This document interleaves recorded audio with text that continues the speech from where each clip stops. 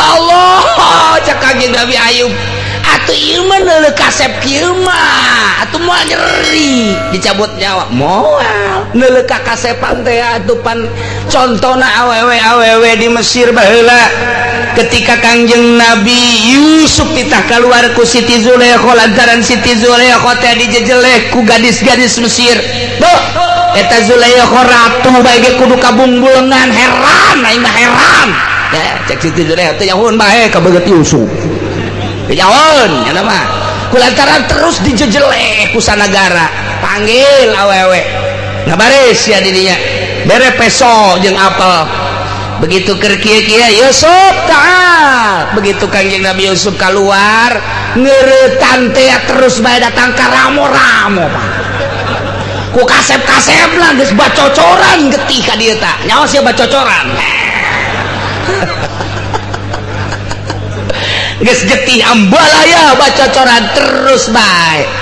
kumaha ngaromongna masyaallah ma hadza basyara in huwa illa malakun karim ieu mah lain manusia malaikat ieu mah turun dari kayangan tuh cek Siti Zulaikha nu mantak ge ulah sok ngajejeles sia tah aing onam teu korban sia ramo beak tah ku kasep-kasepna tuh awewe di urang nu tatadina ka urang teh ngajejeleh barang neuleuh urang leuwih ngajejeleh ka jore jasa sial sugan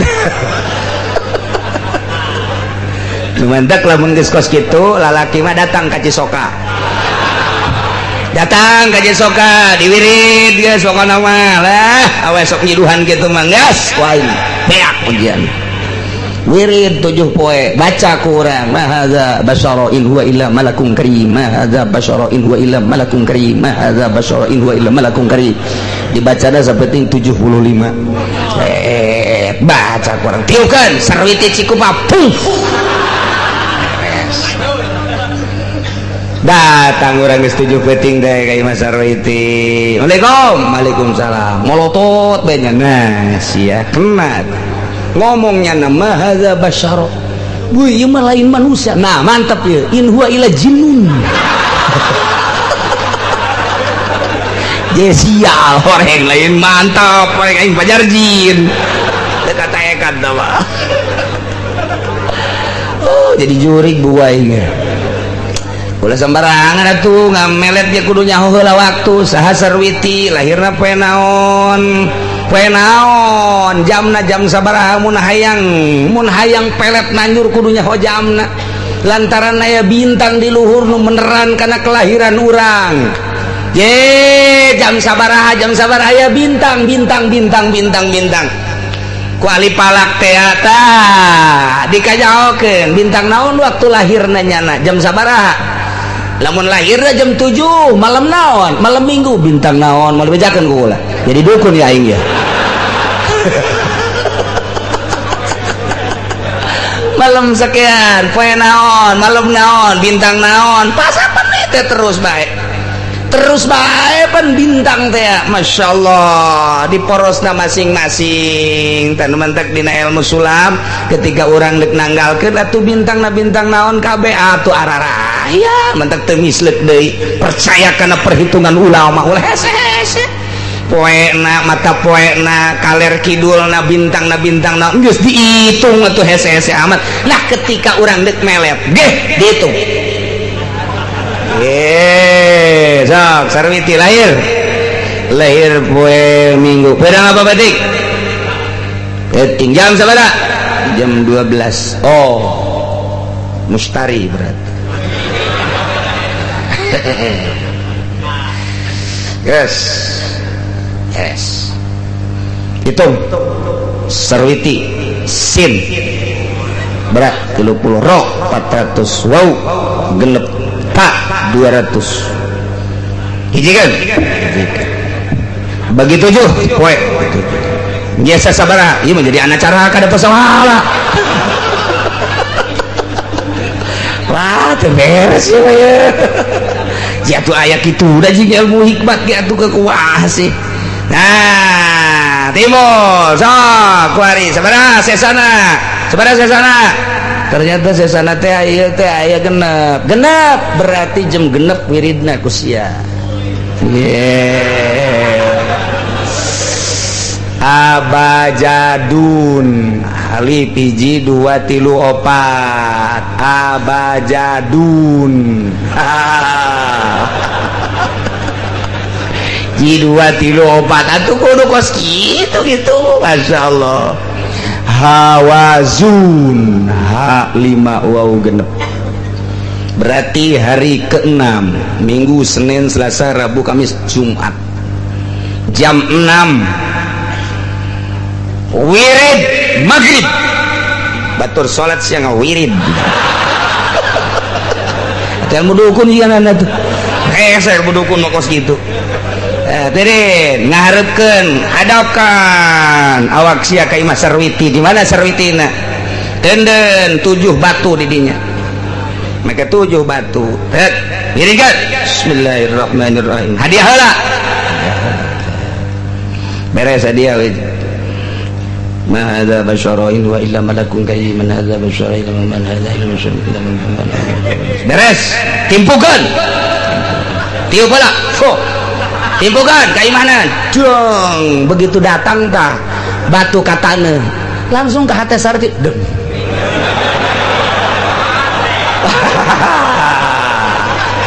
asal ada ratang sia ka aing jadi moal dibere sia mahal ilmu aing mah kos kitu mah. Terus sulawaka kelanan wirid deui isukna batu kadua timpukeun deui teh ka arah imahna deng mulai kadeure oh saya di mana engkau berada tilu wari ma ada basyarain wa malakun karim ada basyarain manuk timpukeun deui mulai geus teu dahar pengen cak mana sia linggeur dahar sareubeuh mah bangunna ti kamari sia teu dahar tadang dahar mah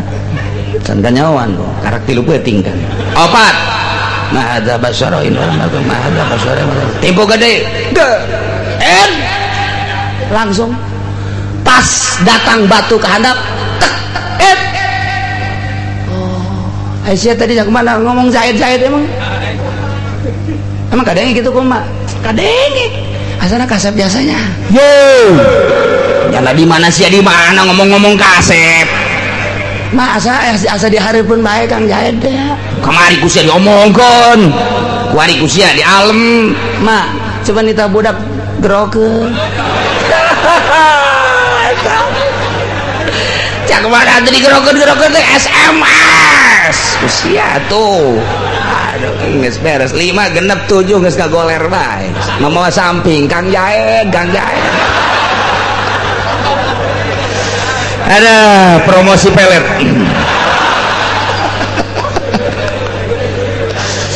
gas sama mulai teruskan sama kos gitu ilmu jurig mah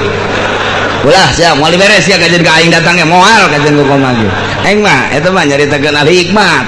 kos kitu teh pagaweanna jadi ulah sawirid-wirid lain itu model kasugihan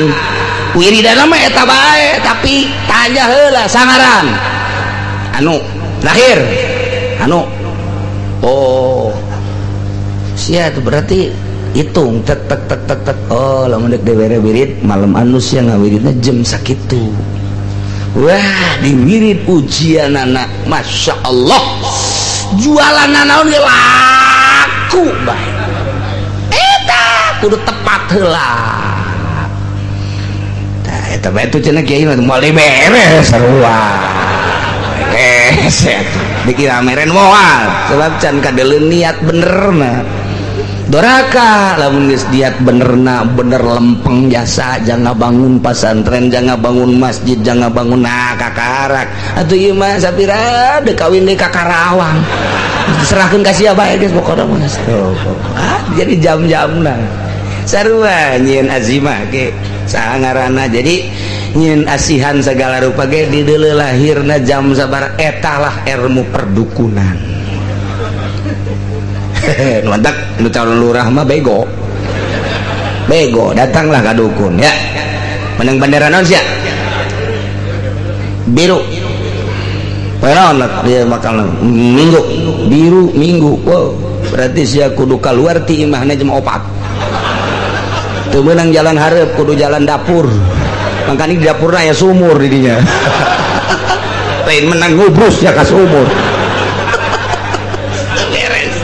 teu beres gas kukurubusan los keluar kudu jam 4 bae hayo asal karuar ti imah bengkes ya diuk di mana bae masalah belanan tah lamun keur ada maribis menang sia tapi lamun centrang bae eleh sia kajen ku kumaha ge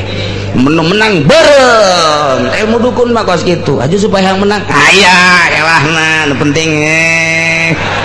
dukun mah tolol elehna dukun kos kitu cekangnya ieu ari lamun anu kanu maksiat berem begitu berem bedak wah molotot kangge Nabi Ayub lantaran rupana nya jore jasa rupana nya bau rupana teh kanjing Nabi Ayub teu kuat langsung kelengar dirobah deui malaikat maut ngarobah aya 10 menit hudang kukulisika kumaha eta rupana eta tawa boro-boro dicabut nyawa ta neuleuh geus poharanas angker kos gitulah terus munafik terus kafir coba do kafir hareup bedak barang bentak anjing Nabi Ayub langsung ngejedak we wah asana cek malakal mati mah paeh memeh dicabut ya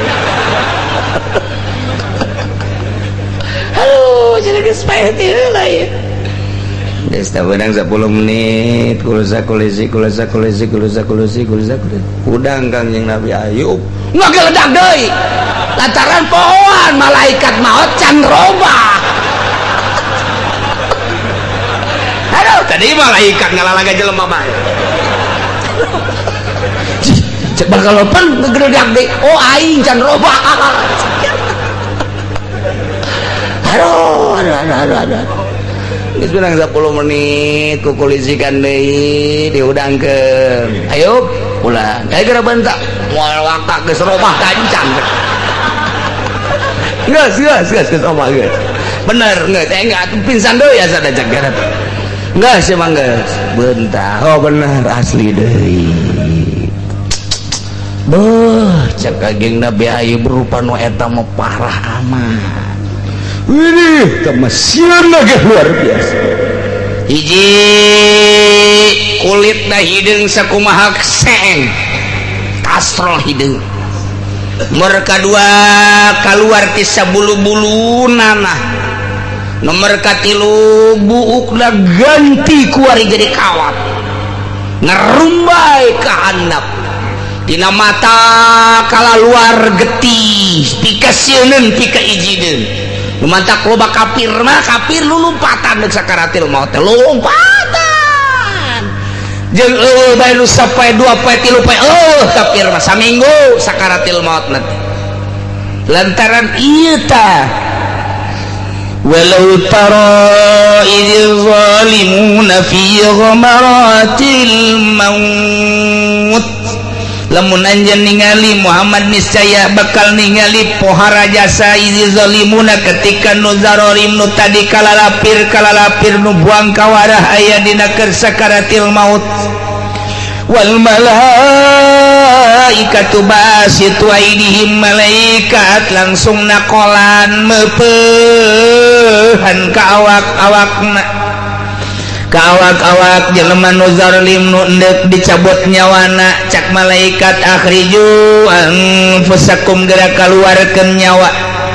ya negara pasrahkeun sia nyawa sia ka aing litaknina qabidha ku aing deuk dicabut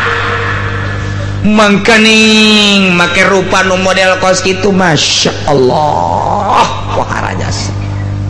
kitulah tingkah balakul maut mentek kaya jelema nyandung mukolot jeung ngora pas giliran kanu kolot bapakna datang giling anakna lompat bae ka mana mama diharap sama malakal maut siapa yang malakal maut cak kiai je tuh malakal maut tuh orang di dulu bapak sia mah sugannya malakal maut jah hideung jeung orang bapakna hideung iku anakna pada malakal maut ya hiji hideung kaduana marah bae di imah katilu terat mare duit kos malakal maut kos gitu cak mana bapak sia mah lain malakal maut ngan sarupa jeung malakal maut sial jasa tah kos gitulah tapi ai ka anu sok ngaji ka jelema nu soleh kasep sering jasa tambah sering kula nyaksian sababaraha guru senyum eta manggih nu kasep manggih nu mas mantek engke lamun balik ngaji di imah nu kasep sing ada tanya si Mas dari mana ini Mas saya nungguin bapak dari tadi mau ngapain ya mau nyambut bapak yang bener nih bener tapi bisa tuker sama mbak wah siapa lain malakal maut meren ini mah orang Blitar meren ini mah tanya si ade tetep urang geus ngagoler kieu teh rupa-rupa engke bisikan-bisikan rupa-rupa nu dararatang dedeleuan rupa-rupa engke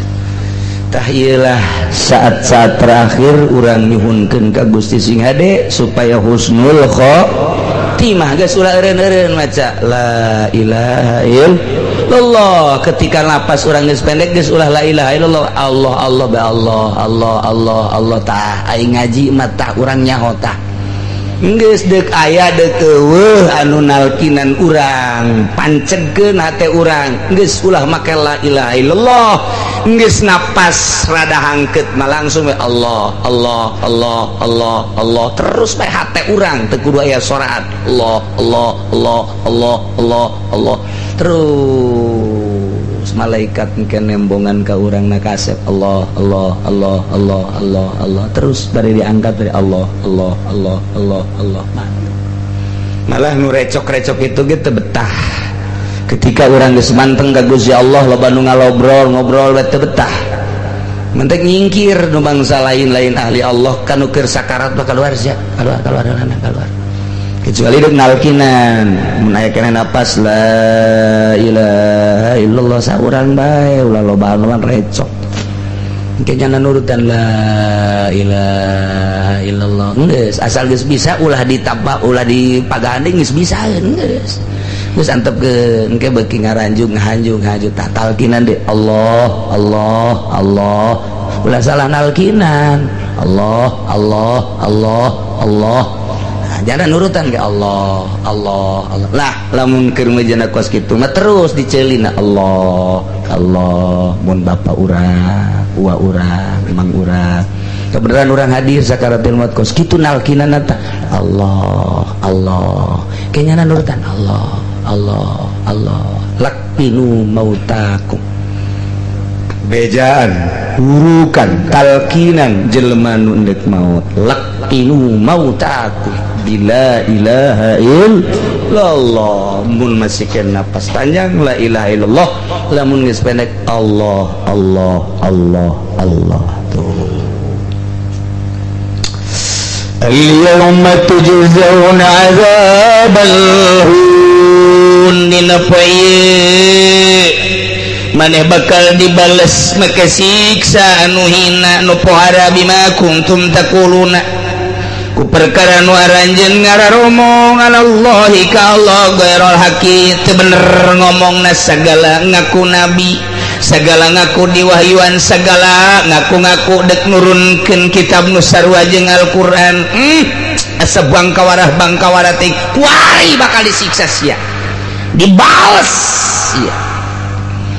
wa kuntum an ayatihi tastakbirun jeung aya anjeun gumede sombong terhadap ayat-ayat Allah tidak iman ka Gusti Allah nah kuari balesanana al-yauma tujzaun masyaallah eta keur carita nu kalalapir buang kawarah kos kana itu kamu munafikin jeung pasikin sarua nu maksiat ge di duniana iman mah iman ka Gusti Allah ngan mabok zina judi korupsi nah ieu bakal cek malaikat al yauma tujzauna bima kuntum ta'malun poe ieu bakal kapanggih balesan pagawean anjeun nu kamari keur hirup sia migawe mabok kamari magawe zina judi dan lain sebagainya al yauma wari tujzauna bakal kapanggih balesan anjeun bima kuntum ta'malun pagawean nu kumaneh dipigawe kapanggih biasa moal kebal deui sia bungkus pandian bungkus saraten mun kafir mah langsung pasek atau ki tumbas siap geus bungkus pandian bungkus saraten datang ke jero kubur geus kapanggih amal-amal orang diwujudkan ku Gusti Allah dihijikeun amal maling, amal korupsi, amal zina, amal mabok, penganiayaan, penghinaan dan lain sebagainya dihijikeun karake baralik nu ngubur urang geus sudan di dinya kapanggih jeung amal urang al yauma tujzauna bima kuntum ta'malun bakal kapanggih. Masya Allah mantaklah sesa hirup urang kuaring maning digunakan pakai ibadah dumadeheus ka Gusti Allah subhanahu wa ta'ala moal kebal deui urang teh contoh bapak urang mah urang geus areueuh bapak kolot urang geus leuwih ti heula malah aya anak anu miheulaan urang berarti kan pasti jasa di mana datang ka urang waktu urang kuari bakal ayo kitu mah urang geus ngabakti ka Gusti Allah boga harta geus disalurkeun boga ilmu geus disalurkeun jaba eta ku urang dipigawe